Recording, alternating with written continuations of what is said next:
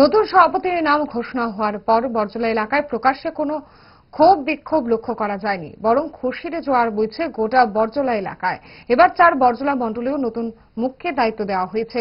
মঙ্গলবার নতুন মণ্ডল সভাপতি রাজীব সাহাকে ফুলের তোড়া দিয়ে অভিনন্দন জানালেন প্রাক্তন বিধায়ক দিলীপ দাস সহ মণ্ডলের অন্যান্য নেতৃত্বরা।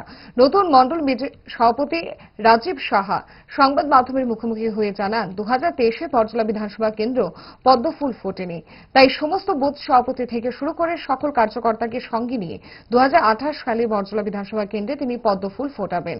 তার উপর এই গুরু দায়িত্ব অর্পণ করার জন্য তিনি রাজ্য এবং কেন্দ্রীয় বিজেপি নেতৃত্বদের কাছে কৃতজ্ঞতা প্রকাশ করেন। সেটাকে আমি কাজে লাগাবো। পাশাপাশি 2023-এর নির্বাচনে আমাদের এই বরজলা যে আমরা ভারতীয় জনতা পার্টিকে পদ্মফুল উপহার দিতে পারিনি, সেটাকে পুনরুদ্ধার করার জন্য কাজ করব এবং সবাইকে বুথ স্তর থেকে মণ্ডল স্তর এবং যারা আমাদের এই মণ্ডলের মধ্যে প্রদেশ এবং জেলার নেতৃত্বরা রয়েছেন সকলকে পাশে নিয়ে কাজ করার আমি 100% চেষ্টা করব।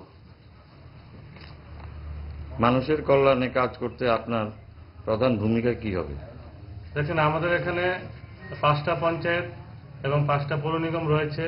আমাদের দলেরই যারা আমাদের ভারতীয় জনতা পার্টির কার্যকর্তা নিষ্ঠাবান ছিলেন, ওনারাই এই জায়গাতে নির্বাচিত হয়েছেন। তাই আমি ওনাদেরকে যাব, ওনাদের সাথে কথা বলে আমাদের প্রত্যেকটা পঞ্চায়েত এবং প্রত্যেকটা ওয়ার্ড এলাকায় আমরা যে মানুষ জনসাধারণ রয়েছে ওনাদেরকে আমাদের যে সরকারের এবং আমাদের কেন্দ্রীয় সরকারের যে প্রকল্পগুলি রয়েছে সেগুলি যাতে আমরা প্রত্যেকের ঘরে নিয়ে যেতে পারি, সেই প্রচেষ্টায় আমি কাজ করব। ভালো খাবার দেখে অম্বলের কথা মনে পড়ে, তার সমাধান তারা। 5 দশক ধরে গ্যাস, অম্বল ও পেটের সমস্যার একমাত্র সমাধান গ্যাস নল।